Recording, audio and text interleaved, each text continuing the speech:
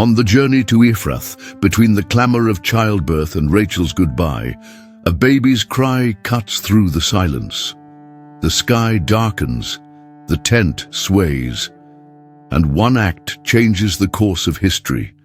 Benoni, son of sadness, to Benjamin, son of the right hand. More than a name change, it was a destiny being wrenched from mourning.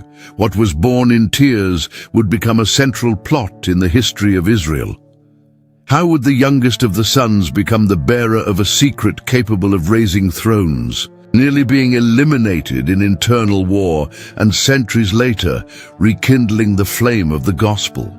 Behind the cradle watered with tears lay a plan that spanned generations, revealing why the tribe of Benjamin, though small, was great in mission. Why did Jacob dare to rename the boy in the moment of pain? What is the meaning of the prophecy, "Benjamin is a wolf that tears to pieces"?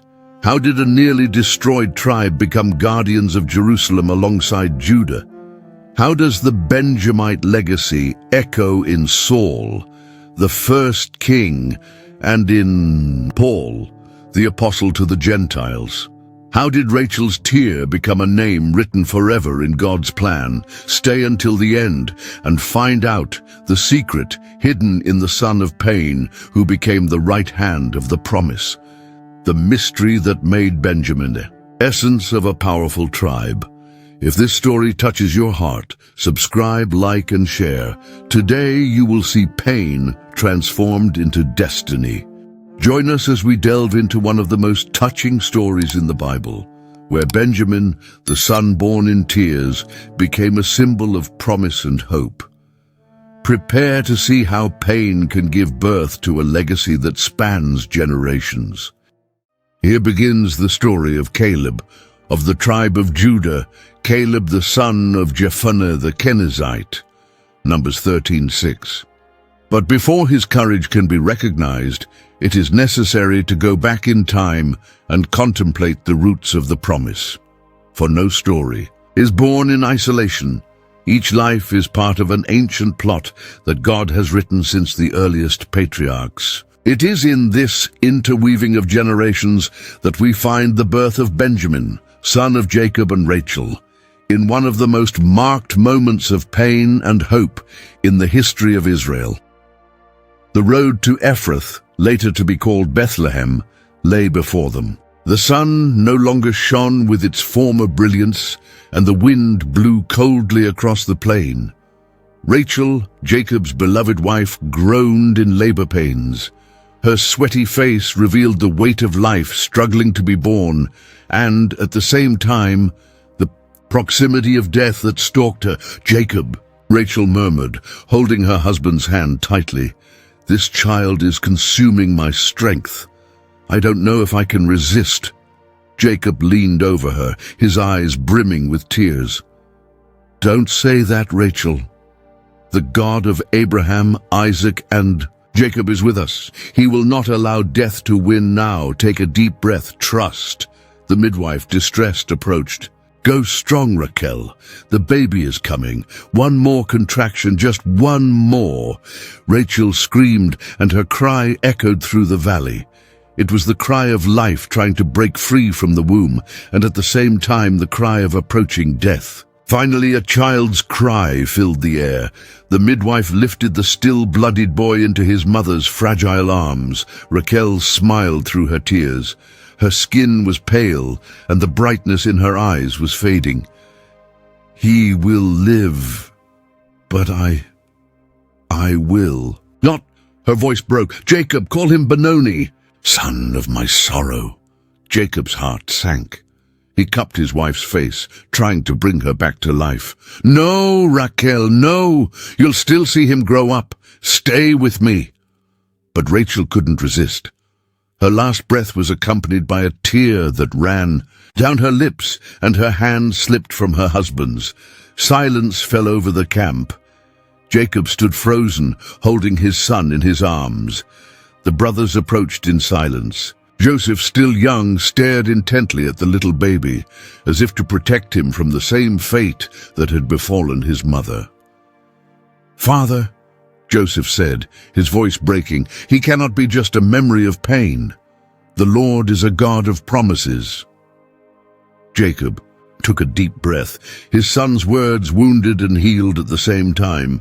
He held the boy up to the dark sky and declared, "You will not be called Benoni. Your name will be Benjamin, son of my right hand." The sound of his voice echoed like an eternal decree. That boy, born amidst tears, would not only be marked by sadness, but also by the promise of strength and honor. The servants began preparing Rachel's body for burial. The women wept, while Jacob's sons watched in silence. Each of them knew that day would never be forgotten. Jacob dug the grave along the road to Ephrath and buried Rachel there. Over her grave, he erected a pillar, a memorial that stood as a testament to both grief and hope. During the night, the camp fell silent. Little Benjamin slept in Joseph's arms, unable to sleep. Jacob paced back and forth, as if trying to fight the emptiness of absence. "Father," Judah said, breaking the silence, "the Lord will give you the strength to guide this boy. He is not destined only for pain." Jacob answered firmly, but with a trembling voice, "I don't understand God's ways, but I know He turns tears into promises. This child, born from the womb of the woman I loved most, will carry not only the weight of pain, but also the sign that the Lord is with us." The stars shone brightly in the sky, and the wind blew through the tents. It was as if creation itself shared in the morning and, at the same time, announced a future yet to be revealed. Benjamin, the youngest of the children, was destined to become a living symbol. While his older brothers harbored memories of rivalry and jealousy, this little one carried within him the beginnings of a promise that would only fully unfold with the passing of generations. That night, Joseph whispered to the sleeping baby, "Fear not, brother. The Lord will keep you." Jacob, listening from afar, let out a tear and added in a low voice, "But that son would not only inherit tears, he would also inherit a calling to eternity." "Father, there's no more wheat. The children are crying from hunger and the flocks are wasting away in the dry fields," Reuben said, his deep voice breaking the silence of the tent. Jacob raised his weary eyes. The desert of Canaan seemed to reflect the emptiness of his heart. The crops had withered, and each day without food weighed like a sentence. His sons watched him silently, waiting for a decision. "We have heard that in Egypt there are full granaries, ruled by a man who sells grain to those who seek help," Simeon continued. "If we leave now, perhaps we can save the house of Israel." Jacob took a deep breath, the memory of Rachel still fresh in his mind. His eyes turned to the small tent where Benjamin lay. The youngest son, the last reminder of his beloved wife, was growing up under his father's constant care. "You go, but Benjamin will not go," Jacob replied firmly. "I have already lost Joseph, and I cannot bear to lose the son of my old age as well." There was murmuring among the brothers. Judah took a step forward. "Father, we understand your fear, but if we don't all go, how can we bring enough wheat to feed the whole family?" Jacob slammed his staff on the ground, his voice shaking with pain and authority. "No. If hunger consumes us, let it consume us, but Benjamin will stay with me. He is the treasure that will not be touched." The atmosphere grew heavy. The patriarch's every word revealed not only love, but also still open wounds. Joseph's absence was like a constant shadow, and now Benjamin had become the only remaining flame. That night, the brothers prepared for the journey. Benjamin, confused, approached his father. "Why can't I go with them, Dad?" Jacob held him by the shoulders, trying to hold back his tears. "Son, you don't understand now, but know that your father's heart has already bled too much. I can't let anything happen to you." Benjamin lowered his head, obedient but with a restless look. The other brothers mounted their animals, carrying empty sacks and dusty hopes. They set off for Egypt, carrying the weight of responsibility and leaving behind the weakest link in their family.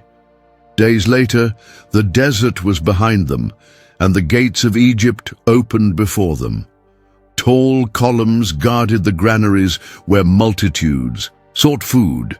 The governor of Egypt, a man with a firm countenance and unfathomable gaze, watched the foreigners who bowed before him. "Where do they come from?" the governor asked, his voice echoing throughout the hall. "From the land of Canaan, my lord. We have come to buy grain for our families," Reuben replied, bowing deeply. The man studied them silently, as if every feature of their faces were known. His gaze lingered on each of them, but someone was missing. "How many brothers are there?" asked the governor.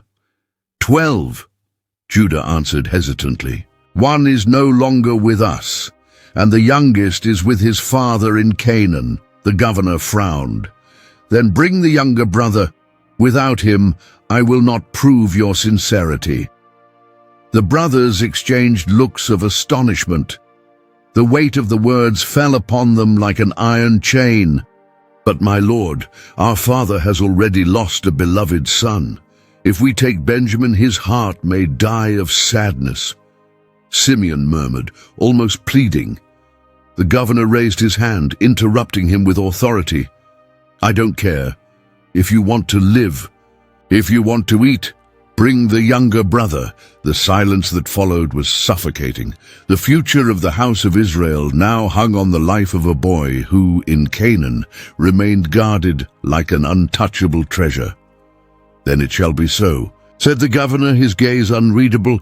"Bring the youngest brother, or you will never see my face again." "Then let the responsibility for Benjamin fall upon me," Judah said, quickening his pace in the desert sun as the brothers rode in silence toward Egypt.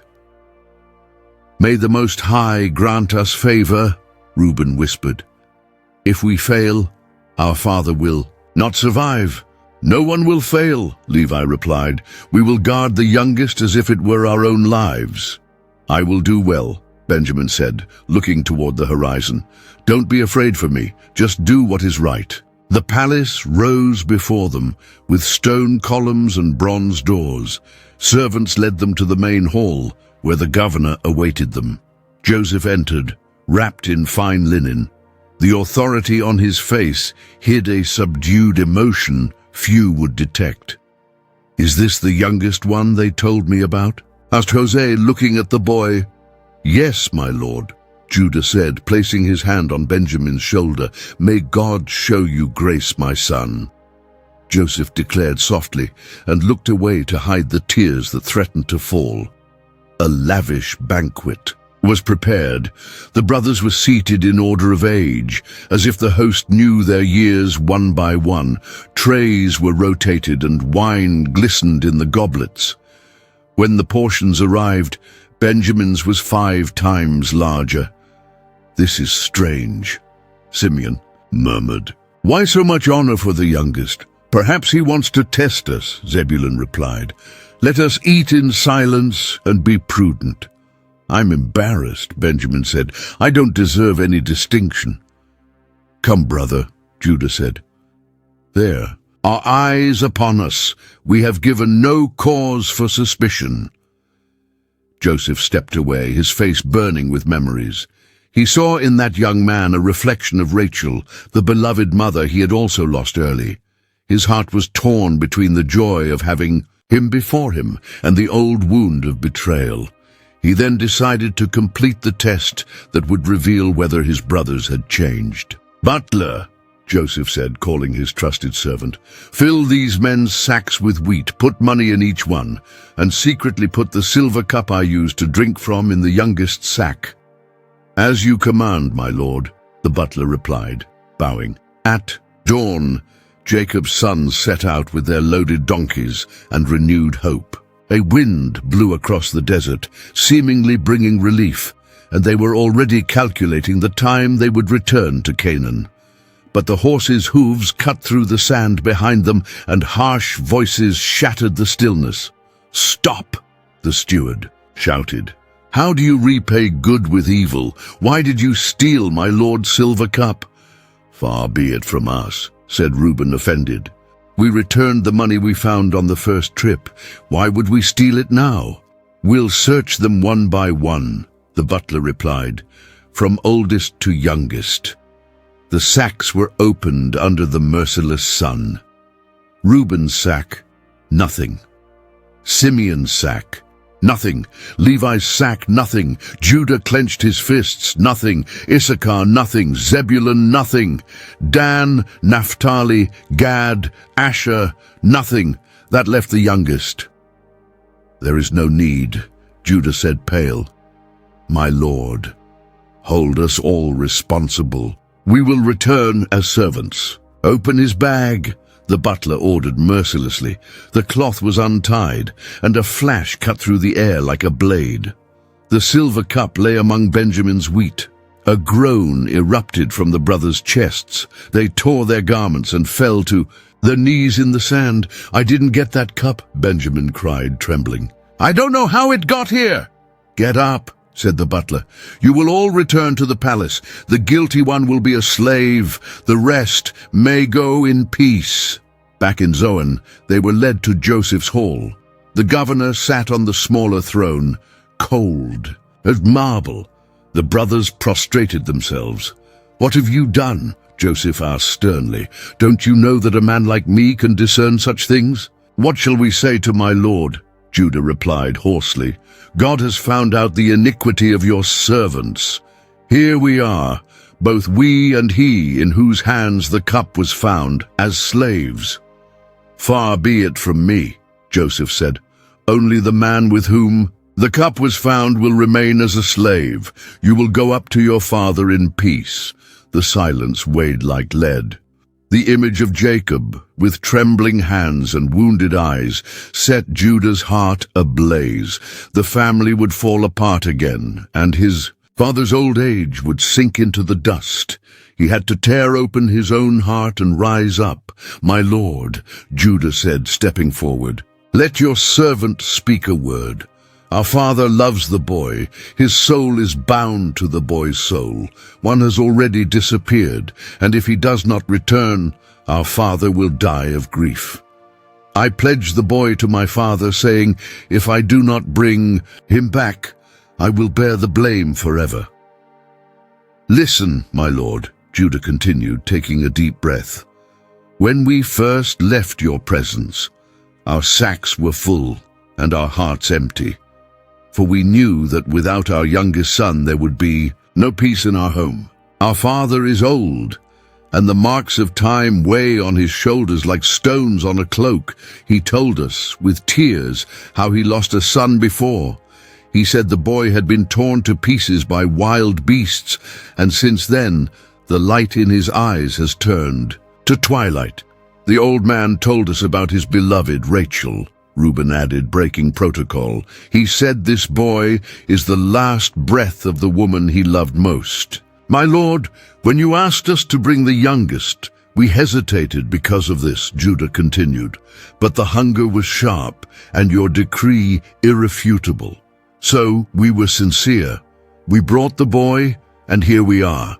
You tested our steps, seated us in order of age, observed our astonishment, and gave Benjamin unusual honor. And yet we did not rise up against you. We ask nothing but bread and peace."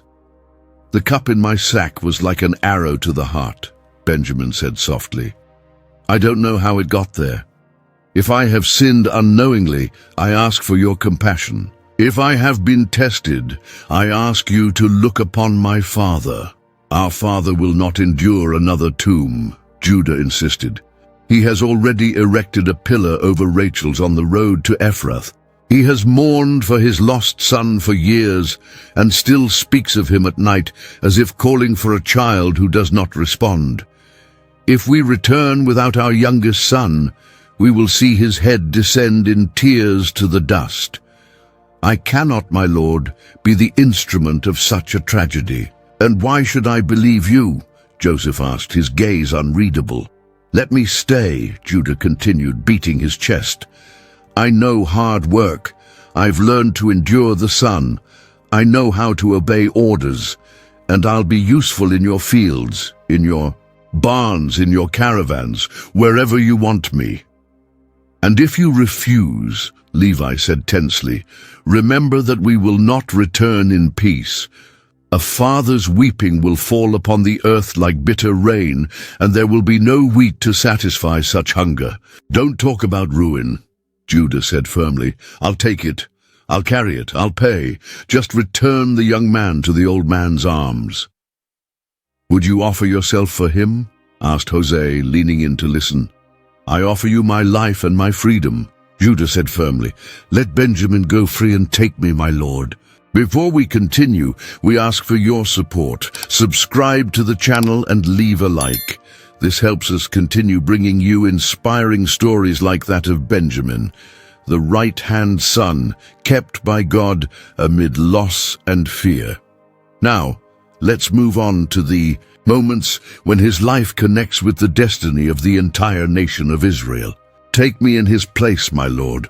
But let the boy go back to our father," Judah said, his knees digging into the ground, his voice thick with pain.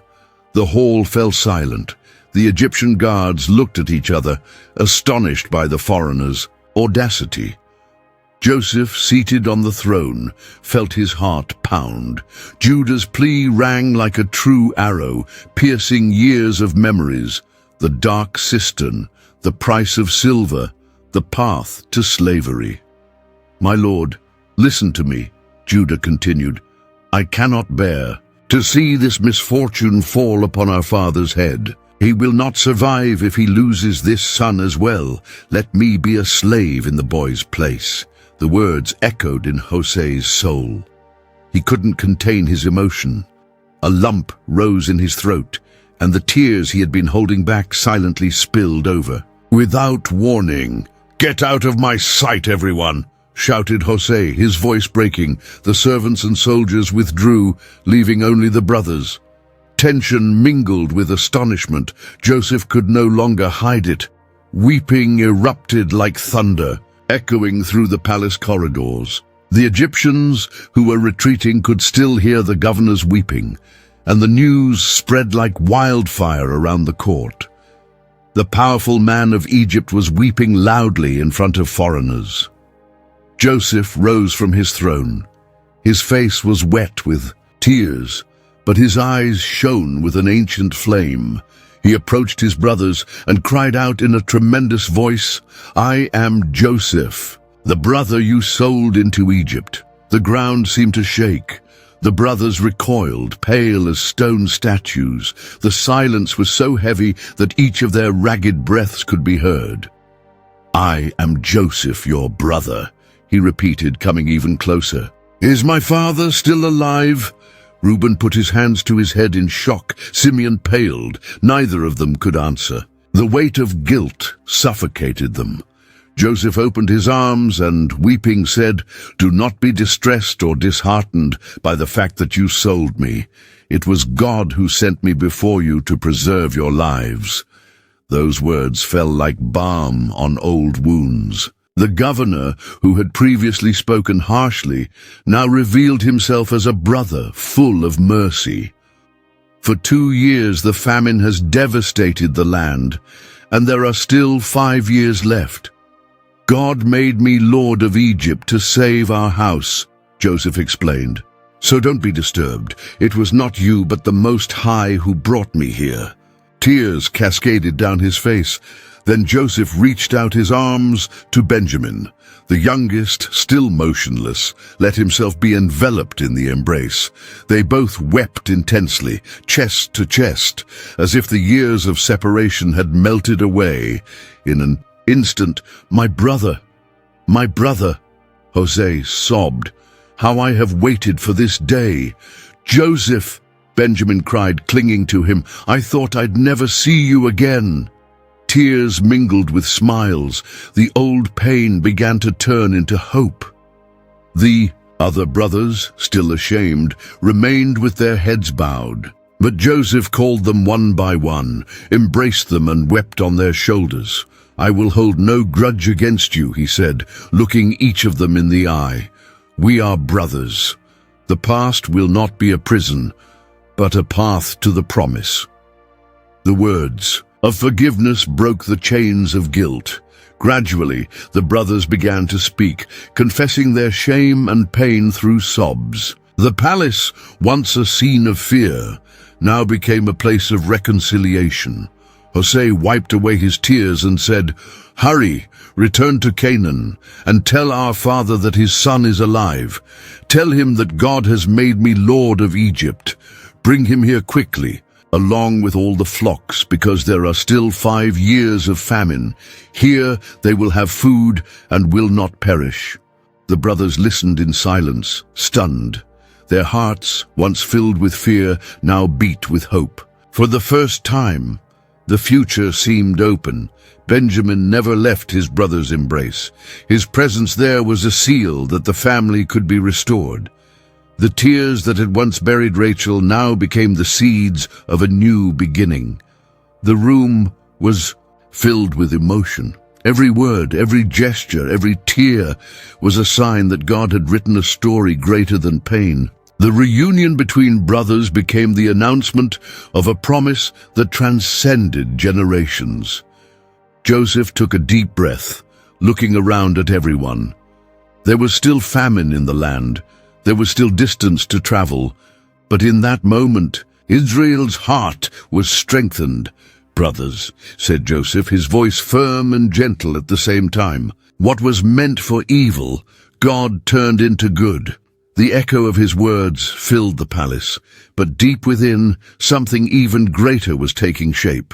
Benjamin's destiny did not end with that embrace, nor with the reconciliation before his brothers. His name would be inscribed in something eternal, far beyond Jacob's tent and the storehouses of Egypt. "Because Benjamin's story," declared Joseph, looking fixedly at the youngest, "goes far beyond our family." "What do you mean by that, Joseph?" Benjamin asked, his heart still racing from his brother's words, while the others remained silent, not daring to interrupt.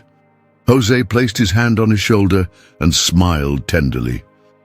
"Just remember that our destinies man cannot understand until the time is fulfilled. Our Father still has words to release, and they will seal your future." The days passed like the wind over the desert. Jacob's family settled in the land of Goshen, where they found rest amid the famine that ravaged the region. Egypt had become a refuge, but the heart of old Israel already sensed that his time was approaching. His eyes were weary, his voice frail, but his soul burned with a final fire. "Call all my children," the patriarch ordered, reclining on his bed. "I want to tell them what will happen in the coming days." The 12 approached, forming a solemn circle. The atmosphere was filled with reverence. Every eye turned to the man who, even in his weakness, still spoke as the spokesman of the Almighty. "Gather together and listen, you sons of Jacob. Listen to Israel, your father." Reuben was the first to receive words, followed by Simeon and Levi. Judah was promised royalty, Zebulun seas, Issachar service, Dan judgment. Each son listened in silence, knowing that these words would shape generations. When it was Benjamin's turn, all eyes turned to the youngest. He stepped forward timidly, remembering when he had been called Benoni, son of pain, and later renamed by his father as Benjamin, son of the right hand. Jacob raised his trembling hands above his head and spoke in a prophetic voice. "Benjamin will be like a ravening wolf. In the morning he devours the prey, and in the evening he divides the spoil." The words echoed through the tent like thunder. The silence that followed was heavy, as if everyone was trying to understand what that meant. "Father," Benjamin murmured, raising his teary eyes. "Me, a wolf." Jacob took a deep breath and stroked her hair. "Fear not, my son. I speak not of your present nature, but of the inheritance you will carry. From you will come warriors. The sword will not depart from your tribe, and your descendants will be feared." Reuben stepped back, perplexed. How can the weakest of us receive such a harsh word? Judah raised his voice firmly. "It's not a word of condemnation, but of destiny. The wolf does not fear the darkness, nor does it flee from enemies. What the Father declared will come to pass." Hosea looked at his younger brother and nodded silently. "Do you see, Benjamin? What I told you now is confirmed. Your name will not be remembered only for our mother's pain, but for the strength of your children." Benjamin, however, still trembled. The prophecy weighed on his shoulders like a chain and a crown. The boy who had carried tears now received the announcement that he would be remembered for the ferocity of his generations. Jacob lay back on the bed, exhausted, but his voice still sounded like thunder in the hearts of his sons. "The Almighty willed it this way. Each of you will have what was assigned to you. But remember, together they form a nation." Silence fell. Each son kept the word he had received within himself, but none of them failed to reflect on the prophecy, spoken to the youngest. Jacob's gaze, even weary, seemed to see beyond time, as if he saw future battles, conquered territories, and enemies falling before Benjamin's descendants. Benjamin took a deep breath. His eyes searched Joseph's, as if begging for an explanation. Joseph simply smiled and nodded in confidence. The young man felt the weight of something greater than his comprehension. The tears that had accompanied him since birth were now mixed with a holy fear at the call. He was not just the son of the right hand, he was heir to a promise of iron and fire. Jacob closed his eyes, whispering prayers to the God of Abraham, Isaac, and Jacob. The wind blew gently through the tent, an unseen witness that heaven had spoken through a man about to depart. Benjamin withdrew slowly, but his father's voice echoed in his chest. Each word sounded like a sword piercing the future. "How can the boy of pain become a warrior?" Benjamin murmured, unaware that his brothers were still around, remembering the power of their father's prophecy. Hosea approached him and responded calmly. "Time will tell, brother. But before the future of battles, the inheritance of the earth will come. It is there that your destiny will arise." Years later, when the people finally took possession of Canaan under Joshua's leadership, the entire congregation gathered at Shiloh. The tabernacle had been erected there, and the people gathered before the altar. The 7 tribes that had not yet received their land waited in silence while Joshua summoned their representatives. "Come forward, children of Israel," Joshua said firmly. "It is time for us to cast lots before the Lord to determine the inheritance of each tribe." The mood was solemn. The elders knelt, the priests prepared themselves, and the people held their breath. Anticipation spread like wind through the tents. One by one, the scrolls and marked stones were thrown, until it was Benjamin's turn. The sons of the tribe came forward, reverently, awaiting the decision. Joshua raised his hand and declared, "The lot fell for the tribe of Benjamin, according to their families. Their portion will be in the middle, between Judah and Ephraim." A murmur ran through the assembly. The location was unusual. It was the heart of the land, a strategic point that connected paths and divided borders. "Between Judah and Ephraim?" an elder of Manasseh asked in amazement. "This territory is a transit point for kings and warriors," Joshua detailed. The boundaries, naming each city, Jericho, Bethel, Gibeah, Ramah, Mizpah, and Jerusalem, still inhabited by the Jebusites.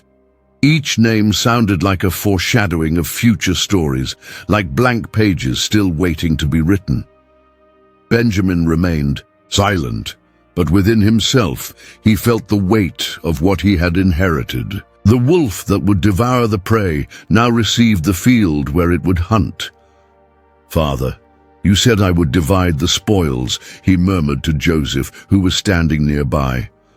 And now the Lord has placed me in a borderland where every step is a contest. Hosea nodded seriously. This portion is more than territory. It's a sign that your tribe will be a bridge between brothers and a wall against enemies. But remember, the higher the position, the greater the responsibility. Judah approached and added in a serious tone, "Your land touches Jerusalem. You are a neighbor of the promise, a guardian of the passage. If you are faithful, your name will be remembered with honor." The elders drew imaginary lines of the territory on the ground, and each named city seemed to vibrate like a prophetic trumpet. It was the center of the nation, where the tabernacle at Shiloh radiated the divine presence, where wars would be fought, where kings would be raised up. The people of Benjamin rejoiced, but they also feared. Their inheritance was too great to be taken lightly. Hidden among the hills and valleys of that portion were futures of glory and shame. "What shall we do first, my brother?" asked one of the young Benjamites, his heart burning. Benjamin took a deep breath, looking at the horizon. "First, we will build altars of gratitude. Then we will guard every border with sword in hand. If this land is the center, we will be its shield." Joshua raised his voice before the crowd. "This is the lot of Benjamin. May his tribe dwell between Judah and Ephraim as a witness to the Lord's faithfulness."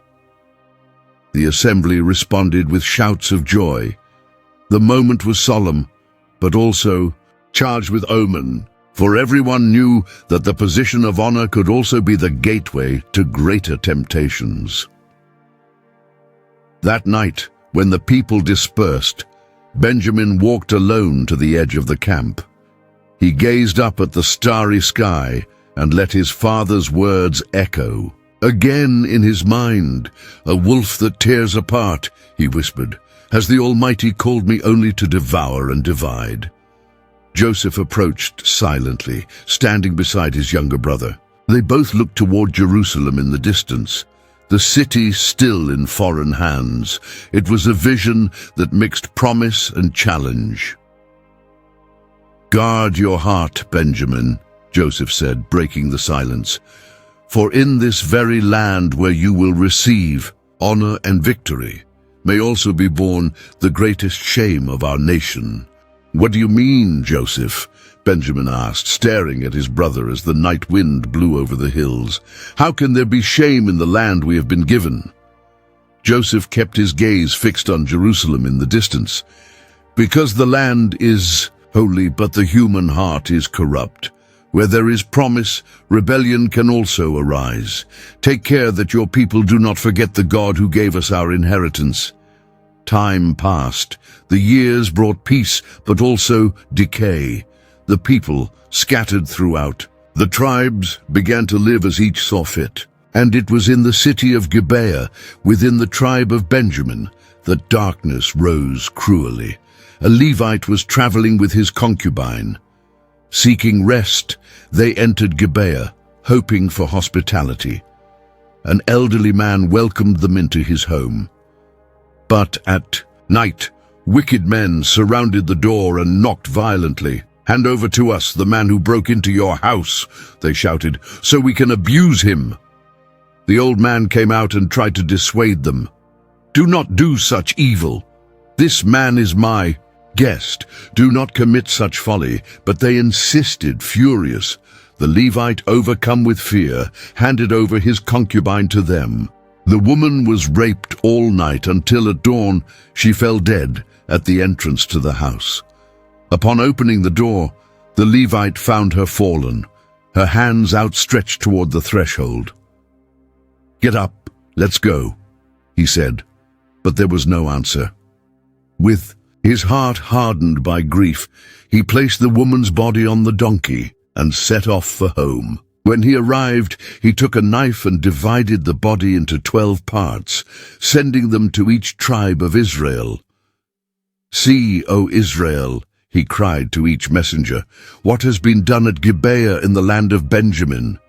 Judge for yourselves what should be done." The news spread like wildfire.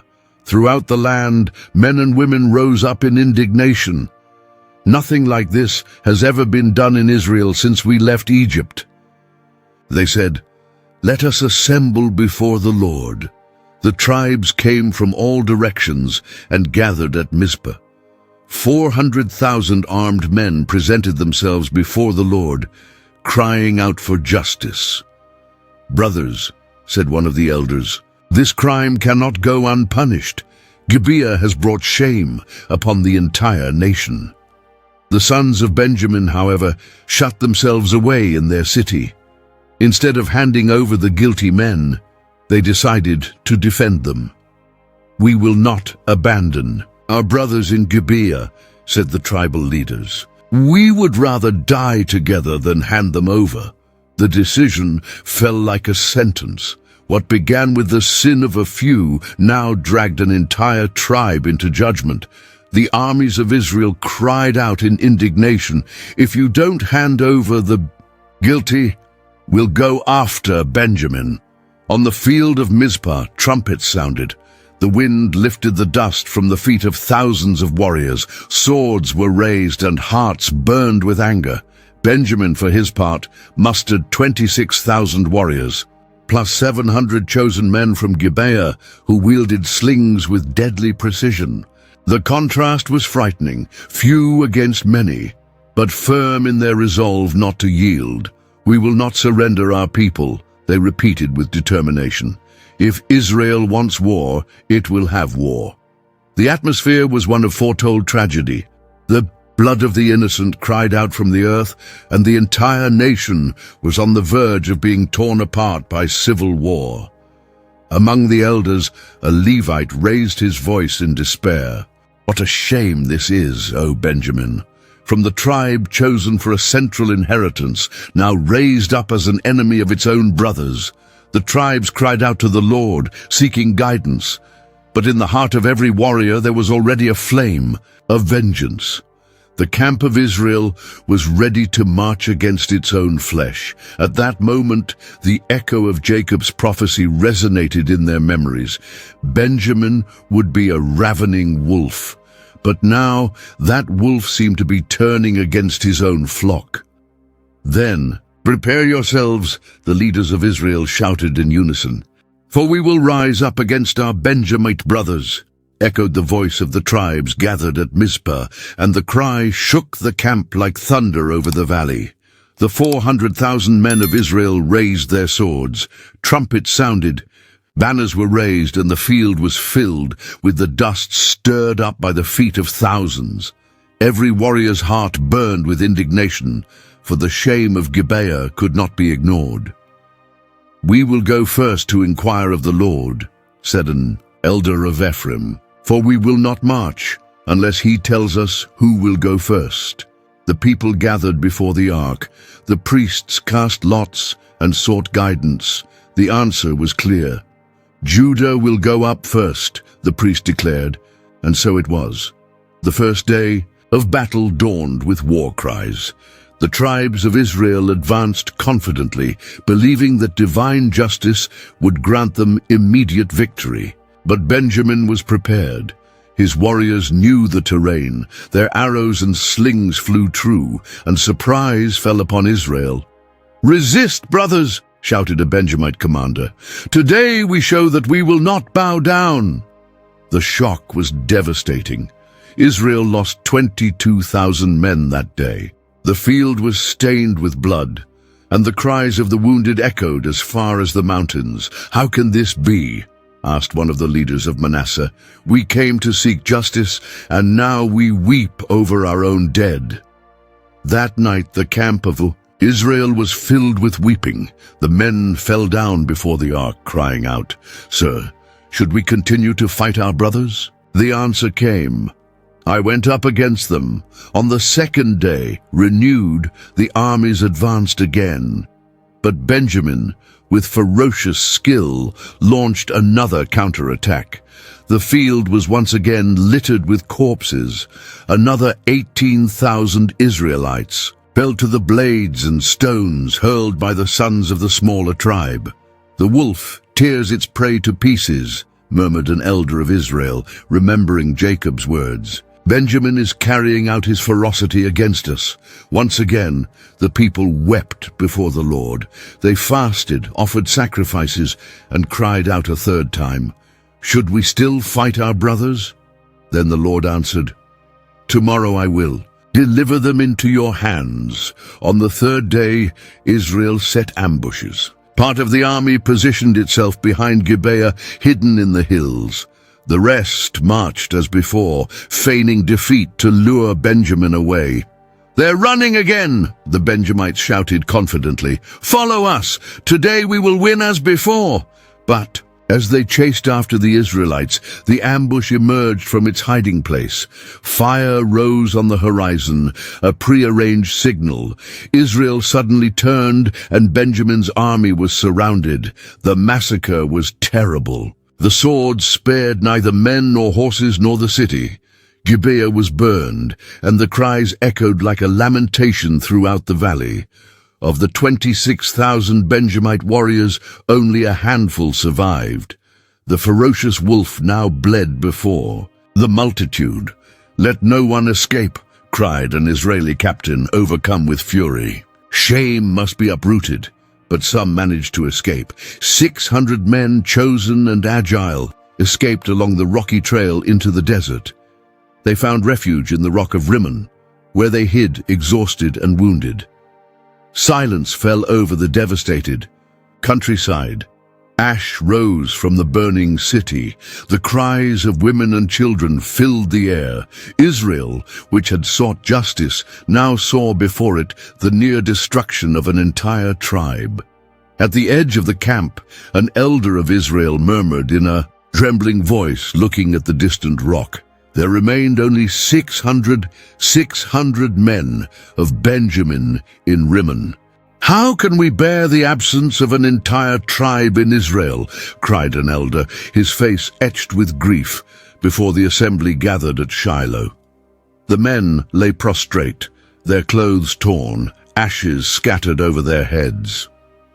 The sound of weeping echoed across the field, and the trumpets that had once called for war now sounded mournful. The victory over Benjamin had become an open wound. "We swore an oath before the Lord," another leader recalled, his voice breaking. "We swore that none of our daughters would be given as wives to the Benjamites. But if we keep our vow, they will disappear forever." A murmur ran through the crowd. It was as if every heart was torn between justice and compassion. The altar before the tent of meeting was watered with tears, and sacrifices were offered in search of guidance. "Lord," cried the high priest, "show us the way. Do not let Benjamin's name be blotted out of Israel." The elders looked at each other. One of them raised his voice firmly. "Who among the tribes did not go up to the assembly at Mizpah when we swore before the Lord?" "Jabez-Gilead sent no man," replied a messenger, bringing the long-awaited information. The council made a harsh decision. 12,000 men were sent against the city. The sword struck down all its inhabitants, but of the virgins who had never known a man, 400 were spared. "Take them to the survivors at the rock of Rimmon," the leaders ordered. "That way, the men of Benjamin will have wives and will not disappear from history." The scene was one of mingled grief and consolation. The 600 survivors, exhausted and wounded, welcomed those young women with tears in their eyes. The shame of defeat still weighed heavily, but the flame of hope was rekindled. "Still, it's not enough," said an old man. "There are too few for so many men. We need another way." After long discussions, an unexpected plan emerged. "In a few days, there will be a festival to the Lord in Shiloh. The daughters of the city will come out to dance in the vineyards. Let the Benjamites hide, each man, and when the young women come out, let them take them as wives and flee. Thus the tribe will continue." The people fell silent, reflecting on the boldness of this solution. Some protested, others agreed, but in the end everyone gave in, as there was no better alternative. When the day of the festival arrived, the young women went out with tambourines and dances, adorned with colorful veils. Music filled the fields of Shiloh, and the laughter of the young women was like perfume over the valley. From the vineyards, the men of Benjamin watched in secret. "The time has come," whispered one of them, his heart racing. Suddenly, they rushed forward and grabbed the young women in the midst of the dancing. The crowd was shocked, but the Benjamites quickly fled to their own land with the young women in their arms. The plan had been fulfilled before everyone's eyes. Israel's leaders, pressured by the girls' parents, responded, "You will have no complaint against us, for our daughters were not given in marriage, but taken by the survivors. This is how the tribe is preserved without breaking our oath." Relief spread through the assembly. Israel, which had nearly destroyed one of its own branches, now saw a chance for rebuilding. Benjamin would live. The 600, once refugees, in Rimmon, now returned to the ruined cities.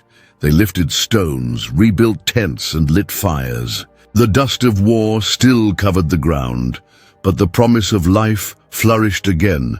Benjamin had not been erased. The tribe's name, which had almost become a memory, was now firmly established among the children of Israel. Yet no tears, no outcry, no gesture could erase the scar of civil war. At sunset, one of the elders of Shiloh looked at the young men rebuilding their houses and said in a deep voice, "Mercy preserved Benjamin, but the scar of that near death will remain with us forever." "But how could a people nearly destroyed now rise in honor?" murmured an elder, looking at the tents of Benjamin that were once again flourishing on the hills.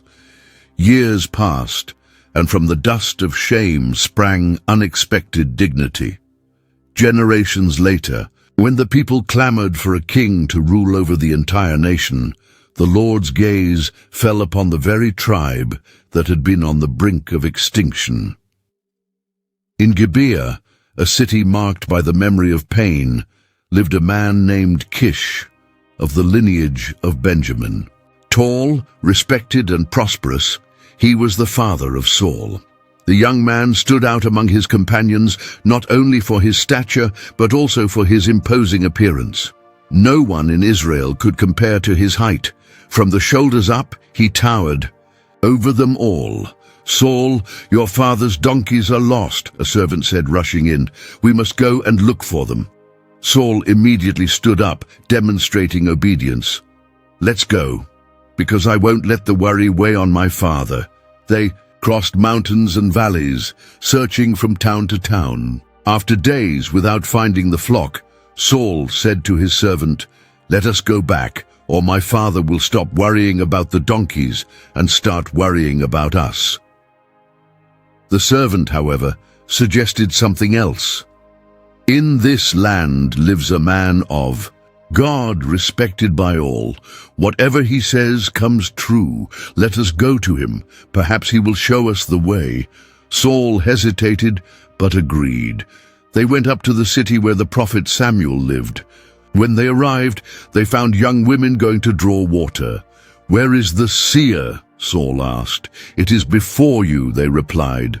"Today offer sacrifice on high." Saul went up and immediately found Samuel. Even before he saw him, the Lord had already spoken to the prophet the night before. "Tomorrow I will send you a man from the land of Benjamin. You are to anoint him leader over Israel, and he will deliver my people from the hand of their enemies." When Samuel saw Saul, the Spirit confirmed to him, "This is the man I told you about." Samuel approached and greeted him with honor. I wish to speak with you, son of Benjamin. Do not worry about the lost donkeys, for they have been found. But there is something greater in store for you. All the desire of Israel is turned toward your house." Saul's eyes widened in surprise. "Me? Am I not of the smallest of the tribes of Israel, and is not my family the smallest of all the tribes of Benjamin?" Samuel smiled as if he were keeping a secret revealed. "The Lord does not look as man does. He sees beyond your origin. He led Saul to the banquet and gave him the place of honor, reserving the best portion for himself." That night Samuel spoke at length about the ways of the Lord and the weight of leadership. At dawn he took a flask of oil, poured it on Saul's head, and kissed him. "Behold, the Lord has anointed you prince over his inheritance." Saul's heart burned, but he was also filled with fear. Samuel then gave him signs. "You will find 2 men at Rachel's tomb. They will tell you that the donkeys have been found. Then 3 men will go up to God at Bethel and offer you bread. Further on, you will meet a group of prophets, and the Spirit of the Lord will come upon you with power. Then you will be transformed into another man." Everything came to pass as the prophet had said. The Spirit of the Lord came upon Saul, and he prophesied among the people, so that many asked, "Is Saul also among the prophets?" Days later, Samuel gathered all the people at Mizpah. The tribes were presented before the Lord until the lot fell to Benjamin. From the family of Matri, Saul, son of Kish, was chosen. They searched for him but could not find him. They discovered he had hidden among the baggage. "Bring him here," Samuel ordered. When Saul was brought before the people, his stature made him tower over them all. Samuel declared in a loud voice, "See whom the Lord has chosen. There is no one like him among all the people." A shout of joy filled the assembly. "Long live the king! Long live the king!" Thus the tribe of Benjamin, once almost obsolete, now rose in honor. For from their ranks the Lord had raised up the first king of Israel. The small one had become great. Samuel, however, looked at Saul with a grave expression. He knew that the human heart is a battlefield where humility and pride compete. The people celebrated, but the prophet remained silent. And in the middle of the crowd, a voice whispered like an omen, "But if vanity grows in Saul, it will pave the way for a new downfall. Let the king now lead us against the Philistines," the soldiers shouted after the acclamation at Mizpah, eager to see in their new leader the strength that would guarantee their safety. Saul, still timid in the face of responsibility, raised his sword and responded firmly, "Let us go, for the Lord has given us this land, and the arm of the Philistines will not take it." The beginning of his reign was marked by victories. The people followed him enthusiastically, and the tribe of Benjamin, once despised, now rose to prominence. But as the years passed, Saul's heart began to grow restless. During one of his campaigns, Samuel had ordered him to wait 7 days for the prophet to offer a sacrifice to the Lord. The army was impatient, and the Philistines were gathering in droves. Fear spread throughout the camp. "The people are fleeing," said Abner, the army commander. "If you don't act, we'll all be lost before the battle even begins." Saul looked at the empty altar, time passing slowly. "Bring me the burnt offering and the peace offerings. I myself will offer them to the Lord." So he did. But as soon as he finished, Samuel arrived. His look was one of pain and indignation. "What have you done, Saul? The people were scattered and you did not come on time. I saw the Philistines gathered together and feared they would fall upon us. That is why I offered the sacrifice." Samuel raised his voice sternly. You have acted foolishly. You have not kept the commandment of the Lord your God. Now your kingdom will not endure. The Lord has sought out a man after his own heart." The words fell like a sentence. Saul's confidence began to crumble. He still reigned, but his authority was wounded. Later, another command came from the Lord, to completely destroy the Amalekites, sparing nothing. Saul marched with his army and defeated the enemy, but spared Agag, king of the Amalekites, and the best of the sheep and cattle. When Samuel arrived, Saul greeted him with joy. "Blessed be you of the Lord. I have fulfilled the commandment of the Most High." "What is this bleating of sheep in my ears?" Samuel replied, his eyes burning.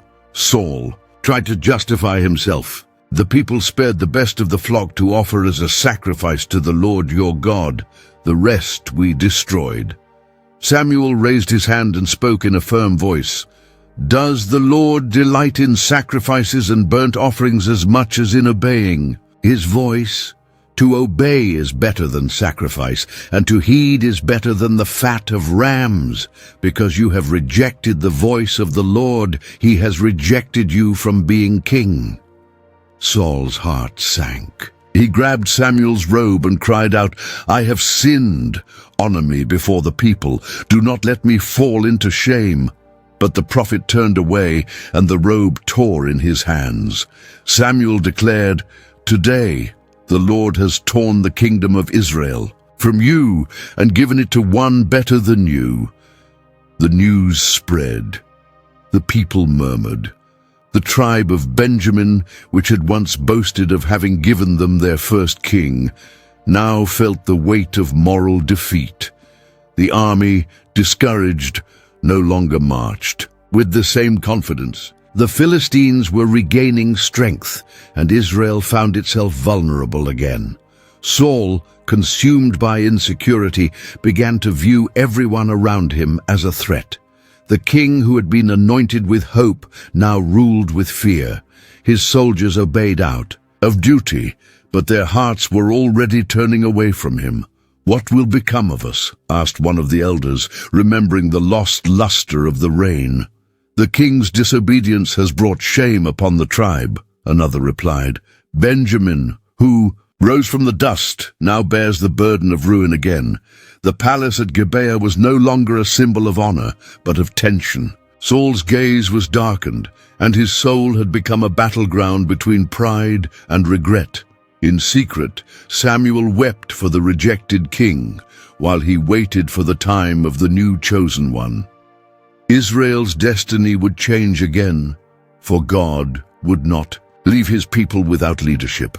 "If Saul has fallen, who will rise now?" murmured one of the men of Judah, staring expectantly at the horizon. "So the new king will come from Judah?"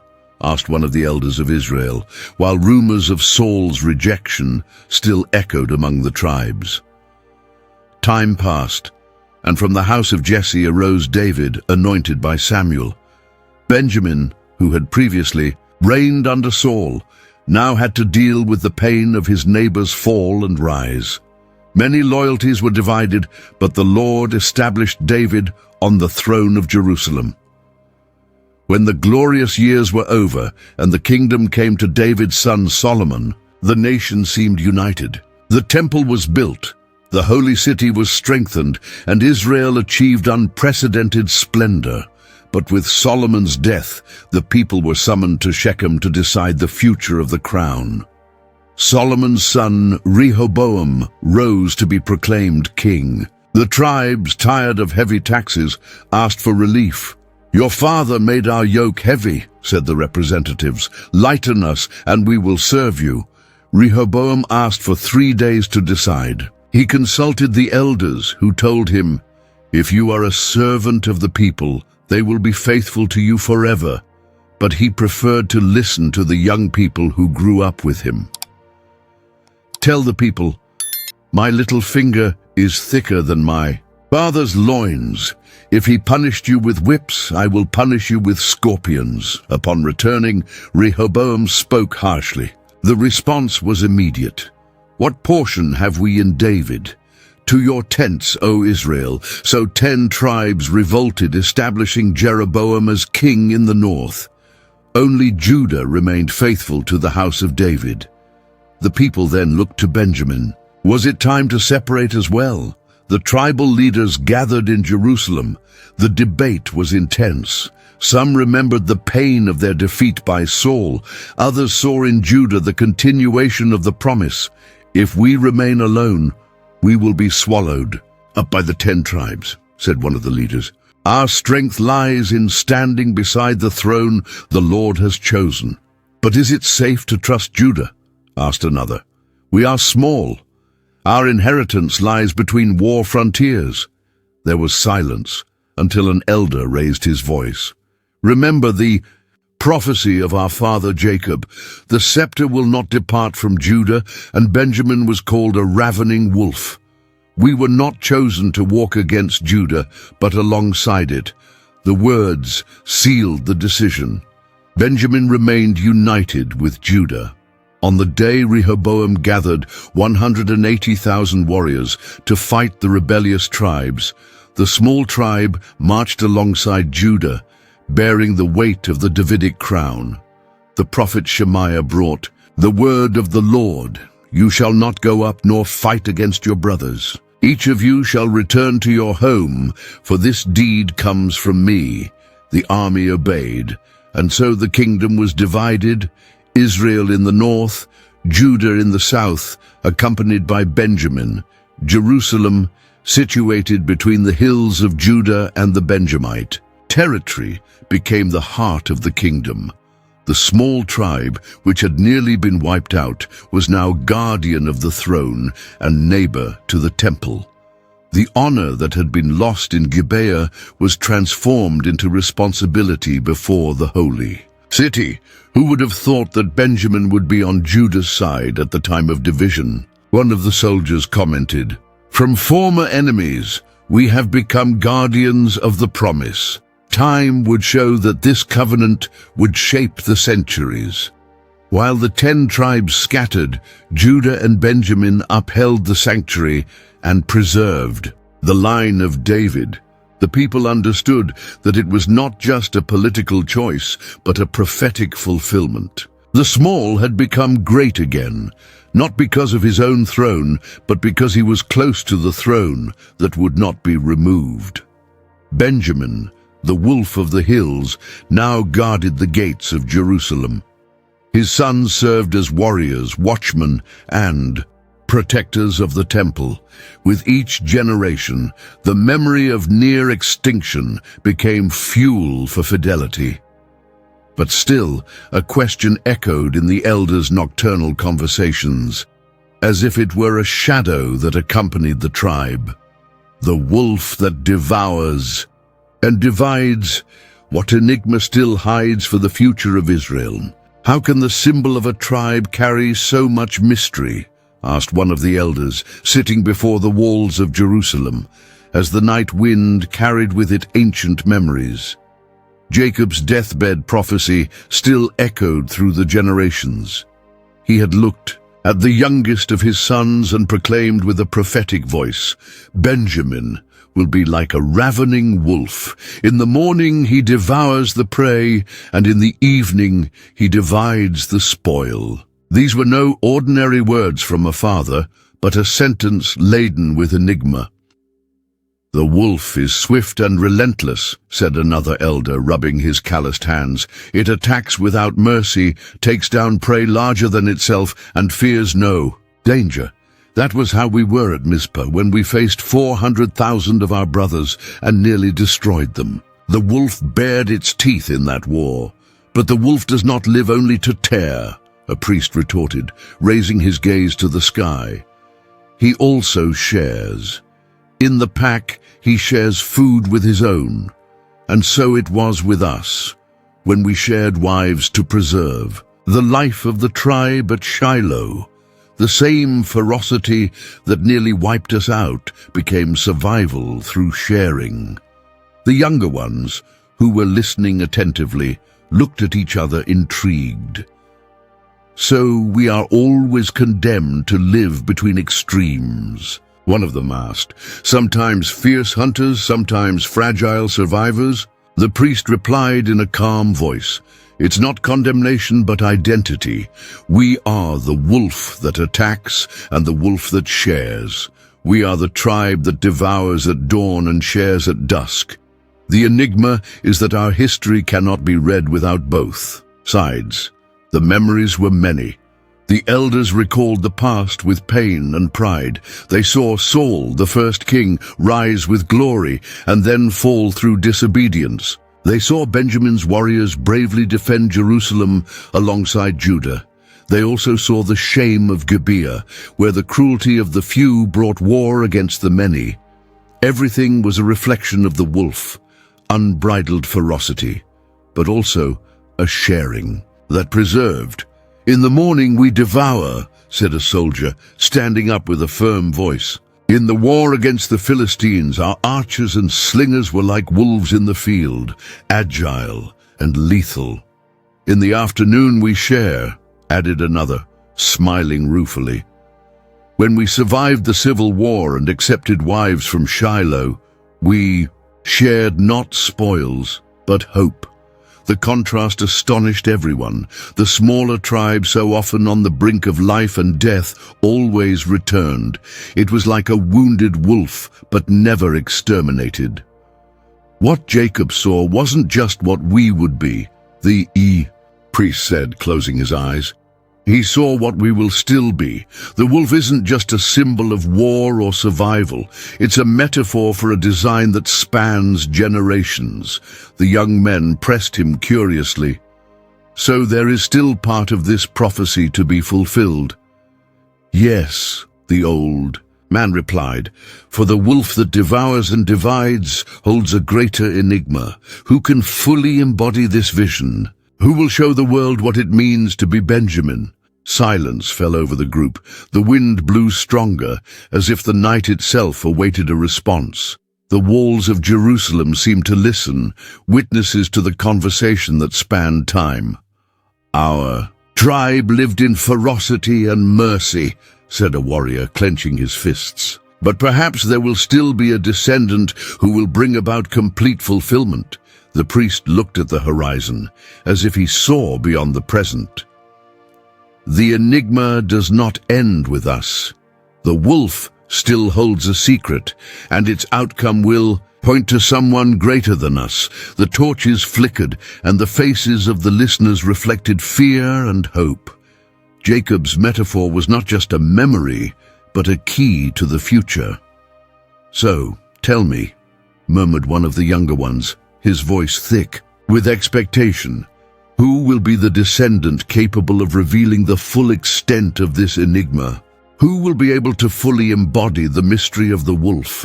The young man asked, his voice echoing among the stones of Jerusalem, as if the city itself awaited an answer. The centuries progressed. Kings rose and fell, prophets spoke and were silenced, but the promise remained. At a time when Rome ruled the world, a man was born among the children of Israel who carried in his blood the heritage of the tribe of Benjamin. His name was Saul. I am a Hebrew of the Hebrews, he said proudly, circumcised on the 8th day, of the lineage of Israel, of the tribe of Benjamin, a Pharisee according to the law. Saul grew up in Tarsus, a city of culture and commerce, but was educated in Jerusalem at the feet of Gamaliel, one of the most respected teachers of his generation. His zeal for the law was as burning as fire. He saw the new sect of followers of Jesus of Nazareth as a threat to the purity of his parents' faith.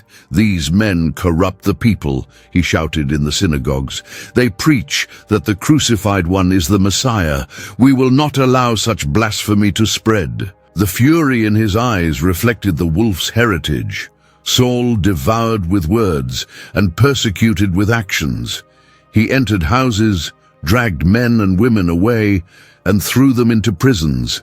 He was present when Stephen was stoned, and he consented to his death "This is just the beginning," he said, holding up the clothes of those who were throwing stones. "Jerusalem will be purified of this deception." But heaven had other plans. Saul asked the high priest for letters to go to Damascus to arrest more followers of the way. On the way, surrounded by his companions, a light brighter than the sun shone around him. He fell to the ground and heard a voice, "Saul, Saul, why do you persecute me?" Trembling, he replied, "Who are you, Lord?" "I am Jesus, whom you persecute." "It's hard for you to kick against the goads." The fierce wolf fell blind at the voice of the Lamb. His companions led him by the hand to Damascus. For 3 days he remained without sight, without food, without drink. Meanwhile the Lord spoke to a disciple named Ananias. "Go to the street called Straight and look for Saul of Tarsus. He is praying, and I have shown him that you will lay your hands on him so that he may see again." Ananias shuddered. "Lord, I have heard how much evil this man has done to your saints. He has come with authority to bind all who call on your name." But the Lord insisted, "Go, for he is a chosen vessel of mine to bear my name before the Gentiles, kings, and the children of Israel."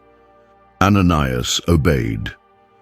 He entered the house, laid his hands on Saul and said, "Brother Saul, the Lord Jesus, who appeared to you on the road, sent me so that you may regain your sight and be filled with the Holy Spirit."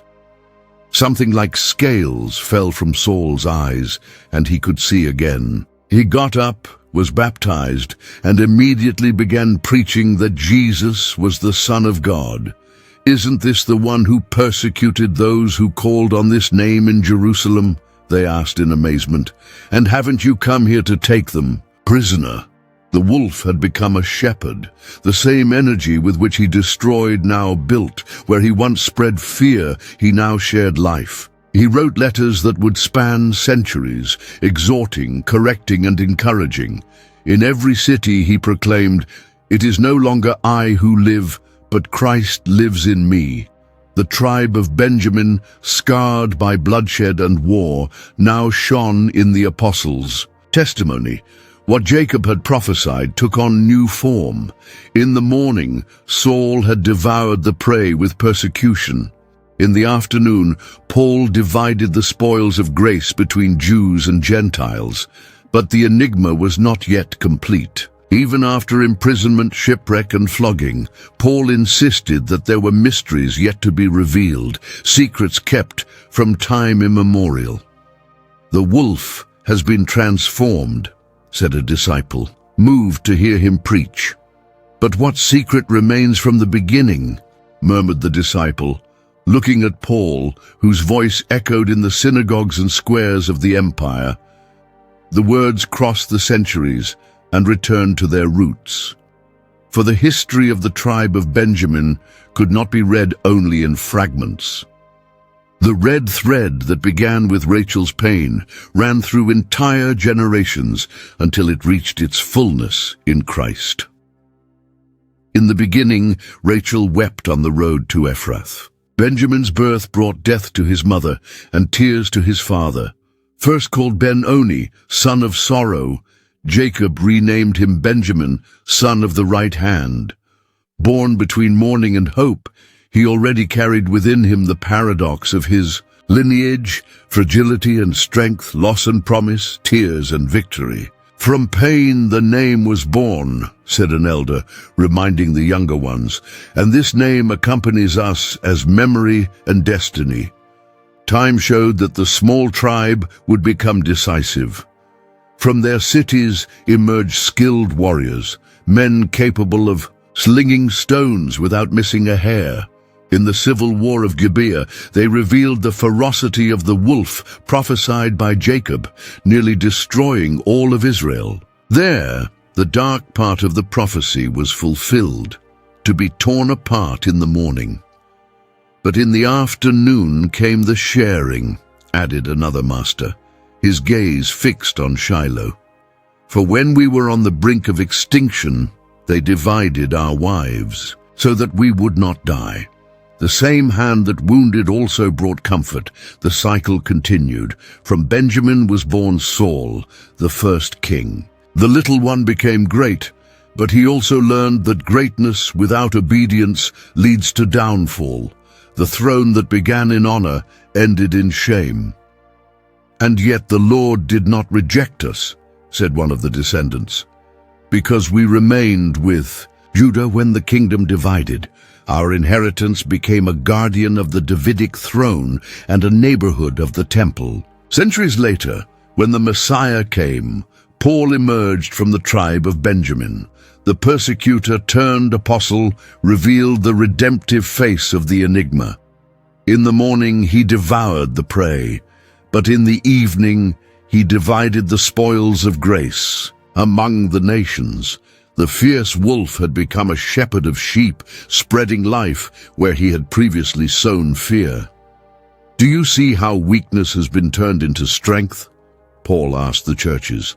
Do you see how the Lord chooses small things to shame great things? The tribe that nearly disappeared became an example of God's power to reverse destinies.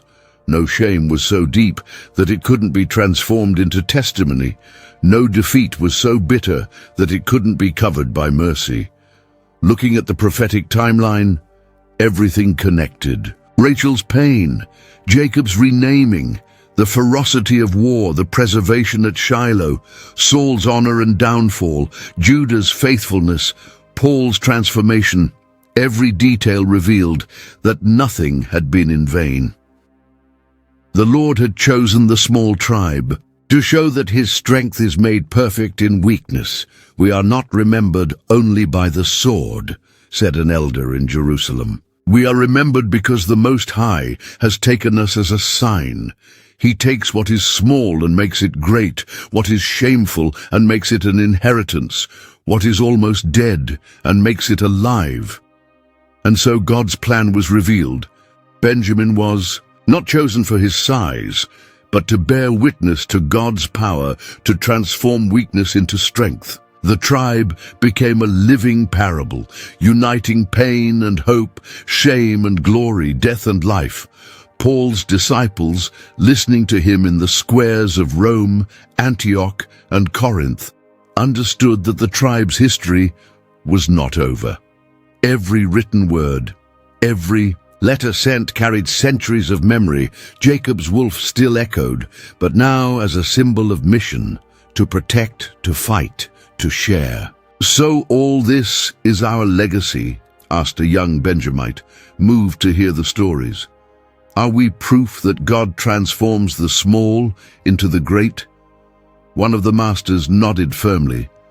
Yes, God's design for our tribe is to show that no pain is final, no shame is definitive, no weakness is a limit. We are witness that the Almighty writes his will even with broken lines. The assembly fell silent. The words were too powerful to be forgotten. Benjamin, the son of sorrow, the son of the right hand, had become a witness that God's faithfulness never fails. And as night fell, as the stars covered the sky over Jerusalem, someone murmured in a tone of hope and fear, "So Benjamin's testimony transcends time and reaches eternity," asked a disciple, looking at the old master who was still telling stories by lamplight. Generations followed, empires fell, cities were destroyed and rebuilt, but the tribe's memory remained. From Rachel's grief to Jacob's renaming, from the civil war in Gibeah to Saul's throne, from faithfulness to Judah's side to Paul's calling, everything formed an unbreakable thread. Every tear and every victory were pieces of a design that transcended time.